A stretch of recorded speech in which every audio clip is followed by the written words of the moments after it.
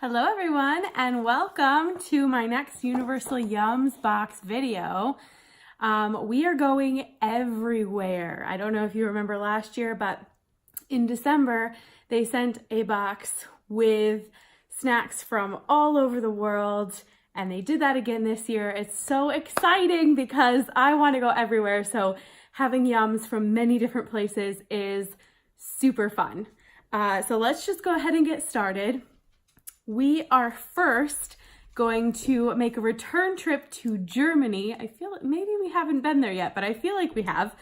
So in Germany, marzipan is a quintessential holiday treat, and it's actually kind of a sad story. I have my little Universal Yums guidebook here to help me because there's a lot of facts about a lot of different countries and I can't remember them all. So anyhow, it actually the marzipan started from a 1407 famine throughout Germany and the German city of Lübeck. And they didn't have any access to wheat. And so they began to ground almonds and mix it with sugar and make it into like a loaf of bread to eat. And almonds are very high in protein, so this was probably very effective. But if I was forced to eat almonds and sugar for a very long time because of a famine, I would not embrace it the way that the Germans have. But they have. So we have this very exciting marzipan loaf, and it's actually covered in chocolate as well. It's very shiny. So it's marzipan covered in chocolate, and I like anything covered in chocolate. You might even get me to like eat a cricket if it was covered in chocolate. I have heard of those before, so maybe. Okay, so this is what it looks like. It's just like a chocolate bar, and I'm gonna break off a little piece of that, and you can see in the center it's just like an almond paste. I've had marzipan before. I haven't had German marzipan, and I haven't had it covered in chocolate, but I have had it before. Okay, the chocolate is a very overwhelming aroma.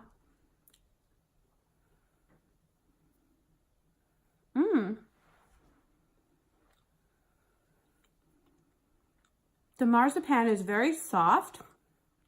The chocolate is very chocolatey. It's a dark chocolate, so you got a lot of that cocoa. And the almond paste is sweet, but not too sweet. And almondy. It's lovely. It's actually really, really good. It's not like the marzipan that I've had in the United States. I haven't liked that as much. The almond flavor is extremely overpowering with the other marzipan that I've had. So this is really nice. It's got a great balance of the cocoa and the almond and the sweetness, but it's not too sweet. So I really enjoyed that. Good job, Germany. Let's move on to the next item. So the next thing is something from Poland, and it is gingerbread with a mint icing. And typically in Poland, it's called, oh, it doesn't have the name here, but pierniki uzatki, I don't know, I can't pronounce it, but I love Polish snacks, so I'm sure I'll love this. They're really cute little gingerbread cookies with icing on them. And gingerbread is popular a lot of different places and in the US for Christmas. But in Poland, it's a necessity during the 12 dishes of Polish Christmas, which is a traditional feast on Christmas Eve enjoyed by nearly every Polish family. So it's essential. They also make ornaments out of gingerbread, which we do here in the States as well, but it's just not as common. So let's go ahead and open up this package and try one of these cookies. I'm gonna try one day to do a video where I, don't open something with my teeth. Maybe today is the day. All right, so we're gonna go ahead and try one of these gingerbread cookies. They're a little bit hard, but I think they're gonna be a little softer in the middle. This is my favorite kind of gingerbread. It is so soft. There's a nice soft center, and the texture is just really, really lovely. Chewy, spicy. You get the sweetness from the icing. It's not overpoweringly mint. I thought mint and gingerbread might be a weird combination, but it is not. Those are delicious. Poland, you have not let me down again. I cannot wait to visit because you have it going on in the snack department. And obviously I love other Polish food as well. I've had pierogies, and they're so good, especially if they're made right. Even if they're made wrong, they're still good because it's, you know, like dough and potato and stuff. But when they're made right, they're very, very good. Okay, let's move on to the Czech Republic. I'm so excited. I'm actually looking to plan a trip to Europe this year sometime. I haven't decided when I'm going, but I'm really, really hoping it works out. I haven't been to Europe yet, and I'm trying to figure out where to go, and Prague is high on the list. A lot of people that I've spoken to have said that Prague was one of their favorite places that they visited when they've been in Europe, and so that's a possibility. So this is Strażniki Bramberki. Sorry if I'm butchering the names of these snacks. I apologize. But it looks really good. It's a potato-inspired snack. It's made out of potatoes, like potato chip. But there's a feast at sunset on Christmas Eve. It's called Stredzi Den, I don't know, or Generous Day. I love that. So friends and family get together and enjoy a feast after sunset when the stars come out. And one of the dishes is called Brambovi Sala. I don't know. This is awful. But basically it's a zesty potato salad made with mustard. And it's savory, spicy, and tangy. So that's what this snack is all about. I'm really excited. These potato chips look like greasy, just like a potato chip should be. Potato chips should be greasy. And I'm really excited because I really like potatoes with mustard. I think that's a good flavor combination. So I think I'm really gonna like this. Hey, no teeth. Okay, it's just potato chips. They don't smell particularly pungent or like anything in particular, but yeah, let's just try one. They're nice and light, very thin, and they've got those bubbles that I like in potato chips. Whoa, whoa. They don't smell like much, but holy moly, these potato chips pack a ton of flavor. My mouth is like tingling. Whoa.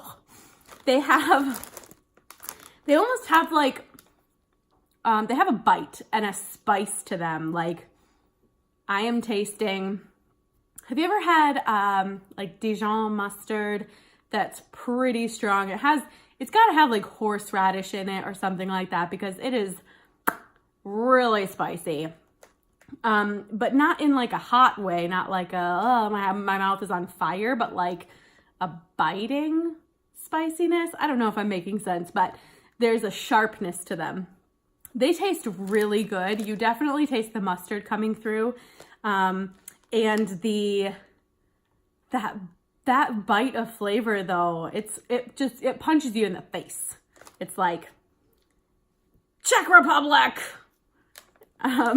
they're good. I highly recommend these. If you can find these, there it is again. Those are some good potato chips. They will not disappoint you. They do not lack flavor at all.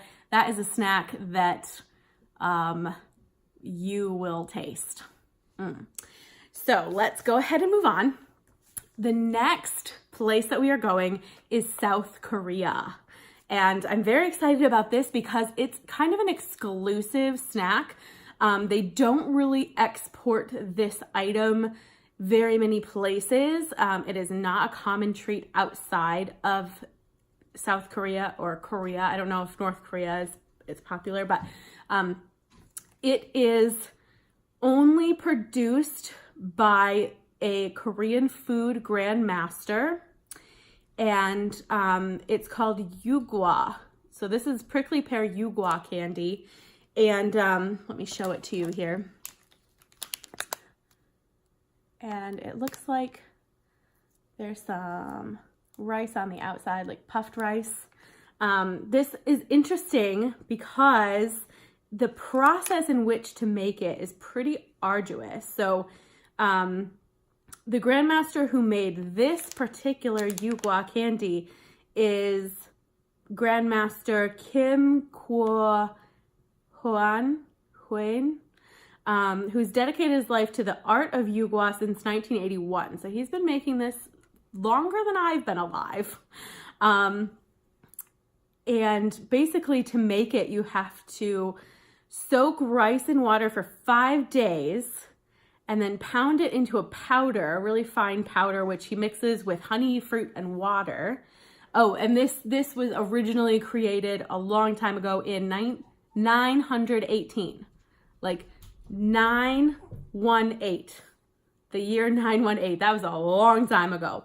So he mixes the powder with fruit, water, and honey. Oh, sorry. It was used for eating fruit in the winter because a lot of places it is difficult to grow fruit in the winter. And so this was a way to preserve the fruit in such a way that you could consume it, have those flavors when you weren't actually growing the fruit. So mixing it with those things, and then the dough is cut into pieces and soaked in more honey and dried in the shade. Once dry, the dough is fried in oil twice, then finished with a layer of honey and puffed rice. So this thing is like honey full. Rice is a very common ingredient in a lot of Asian countries. In Taiwan, they have all kinds of sticky rice treats. That is definitely a thing. And rice is just an ingredient that they use for sweet and savory. It's very a versatile grain. So let's go ahead and try this. It's very light.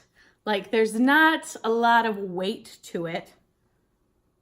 Oh, It smells like rice, like dried rice.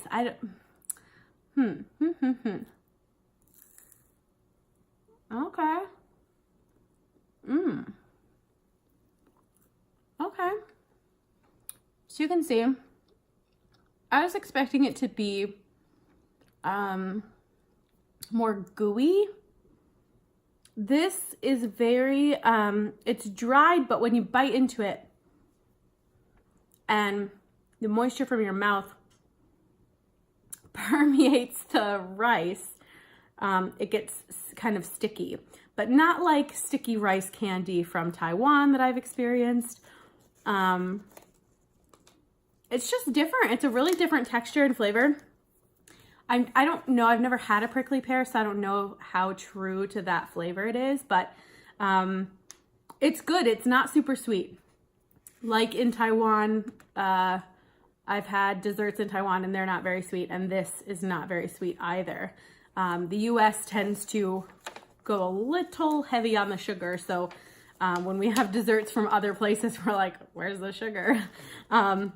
But I like it. I actually prefer when my sweets aren't too sweet because then you lose a lot of the nuance of flavor. All you taste is sugar.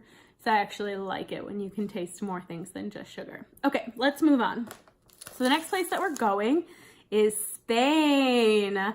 And all of these places are on my list, but Spain is up there as well. I really, really, really would like to go. This is called Turan, I think. Turan is probably, you probably have to roll your R. But this is a staple during the time of Epiphany, which is also Three Kings Day. Until recently, there were only two kinds of turon, a hard and a soft, both made with a mixture of almonds, egg whites, and honey. But over the last few decades, a new variety has stolen the hearts of the locals and incorporated chocolate. So this baby, upside down, this has chocolate and puffed rice for a crispy, creamy combo, which sounds delicious. I love like Crunch bars. They have I don't usually eat Crunch bars, but I get a variety of that, something chocolatey with puffed rice, because I like that crunchy texture. With my chocolate, I like to have a little texture sprinkled in. So let's go ahead and try this. So egg whites, that makes me think of, oh, that smells so good. I wish we had smell-o-vision. This smells so good. Oh, but egg whites makes me think of meringues and that texture of meringues. So let's see if it's similar.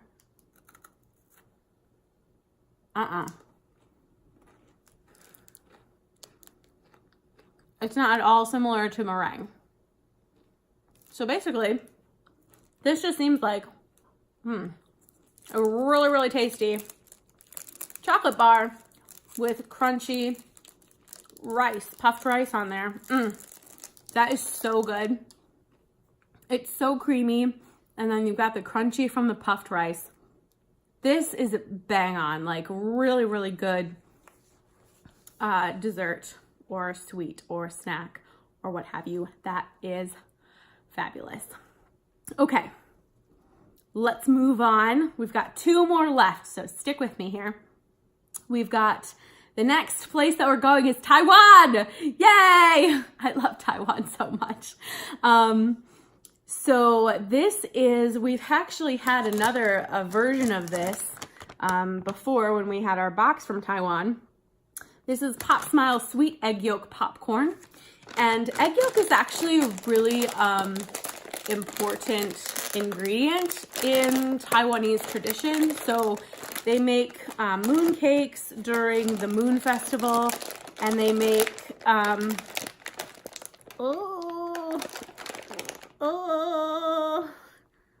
I can't open it. They make, what am I trying to think of the word? It's so popular. It's like one of the most, they wrote it in here. It's like one of the most quintessential dishes. Dumpling. Jeez. Dumpling. They make a dumpling called zongzi, which include egg yolks for the Dragon Boat Festival that they offer to their ancestors. Oh, wow. This smells so good, guys. This is sweet egg yolk flavored popcorn. So I'm guessing we've got like sweet and salty going on. It's just popcorn, but it smells really good. It smells way better than the last popcorn thing we had from. And really, like, popcorn's not really a big thing in Taiwan, at least not that I noticed when I lived there, but I'll try this. Oh my gosh. This is so good. I have to have another one. Whoa. It's really salty, but it has this sweetness to it too. This is going to be addictive. Like, this is one of those things that you could not stop eating. And if you, this is like movie theater popcorn times 1,000. Like, you know that one piece of movie theater butter popcorn that's like just soaked in the butter and it's salty and buttery and delicious? That's like all of these pieces are that popcorn piece. So yeah, that is a yes. I love that. I wish I would have run into that in Taiwan because yum. Okay, last place we're going we're just gonna jog over a little bit from Taiwan and go to China. So we haven't had a box from China yet, but, and what's interesting is in Taiwan, this type of candy is kind of a thing too, but it's peanut candy. So here's that, and it's red, and red is significant in China and actually also Taiwan because they use red to signify good fortune, good luck. They give gifts of money in red envelopes for weddings and birthdays and what have you. It also symbolizes like happiness. So this is wrapped in red, and then it's used for Chinese New Year, which is February 4th. So for good luck, you want to eat this on February 4th. I have another one, so I will save that, but I'm going to try it now for you. But it's basically a peanut candy, and different peanut candies have different things. This one has like sesame in it. Ooh, that smells good. Sesame and peanut, black sesame and peanuts, and obviously like sugar and stuff. Whoa. Very peanutty. Oh, I didn't show you. So it looks like that. I wish my camera would focus better. But it's very, very peanutty. You can taste the sesame, and that's actually really good. I am going over time. I promised myself I would keep these videos short, but it's so hard because there's so many cool facts about these countries, and I don't want to short you on just trying the snacks. I want you to learn about the countries too, because they're so fascinating and interesting. Before I go, like I mentioned, I am planning a trip to Europe, and I don't know where to go. I'm still looking at where to go. So I'm asking my friends that have been to Europe or live in Europe, 2 places, 2 countries or cities that you have been to or you live in that I cannot miss. So please tell me in the comments below where I should go in Europe this year sometime.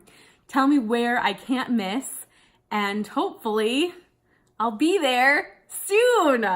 Thank you so much for joining me. I hope you had a very Merry Christmas and a Happy New Year if you celebrate, and I will see you next time. Thank you. Bye.